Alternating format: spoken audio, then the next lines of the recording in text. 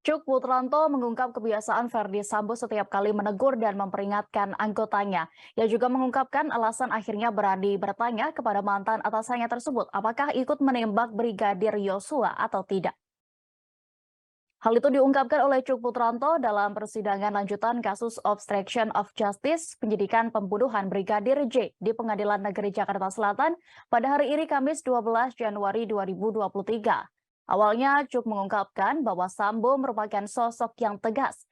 Dia tidak segan untuk menegur anggotanya jika dinilai salah dimanapun tempatnya. Cuk menjelaskan Sambo bahkan selalu memakai kata awas jika anggotanya dianggap melakukan kesalahan.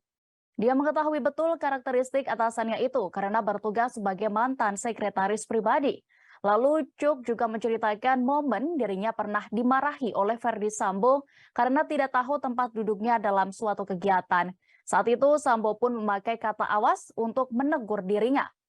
Lebih lanjut dalam sidang itu, jaksa juga kembali mengonfirmasi keterangan Cuk di BAP. Terkait ia yang sempat bertanya kepada Sambo apakah ikut menembak Yosua atau tidak. Cuk pun membenarkan hal tersebut. Ia menjelaskan berani bertanya karena bingung setelah menonton CCTV yang menunjukkan bahwa Yosua masih hidup. Namun Hakim Ketua Ahmad Suhel lalu bertanya mengapa Cuk tidak menanyakan itu langsung kepada Sambo pada hari Yosua ditembak. Dirinya mengaku baru berani bertanya pada bulan Agustus karena Sambo sudah di Patianma yang artinya sudah tidak memiliki jabatan di kepolisian. Sementara itu, saat itu Sambo juga mengaku tidak ikut menembak dan justru kembali bertanya kepada dirinya apakah dirinya tidak percaya dengan mantan atasannya itu.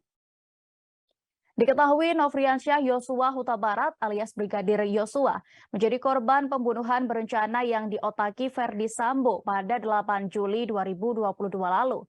Brigadir Yosua tewas setelah dieksekusi di rumah dinas Verdi Sambo, Duren 3, Jakarta Selatan. Pembunuhan itu terjadi diyakini setelah Putri Chandrawati bercerita kepada Sambo karena terjadi pelecehan seksual di Magelang, Jawa Tengah.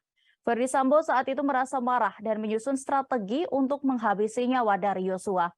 Dalam perkara ini, Verdi Sambo, Putri Chandrawati, kemudian Bribka Riki Rizal alias Bribka RR, kemudian Kuat Maruf, dan Barada Richard Eliezer alias Barada Edi Dakwa melakukan pembunuhan berencana. Kelima terdakwa didakwa melanggar pasal 340, subsidiar pasal 338 KUHP, jungto pasal 55 ayat 1 ke 1 KUHP dengan ancaman maksimal hukuman mati.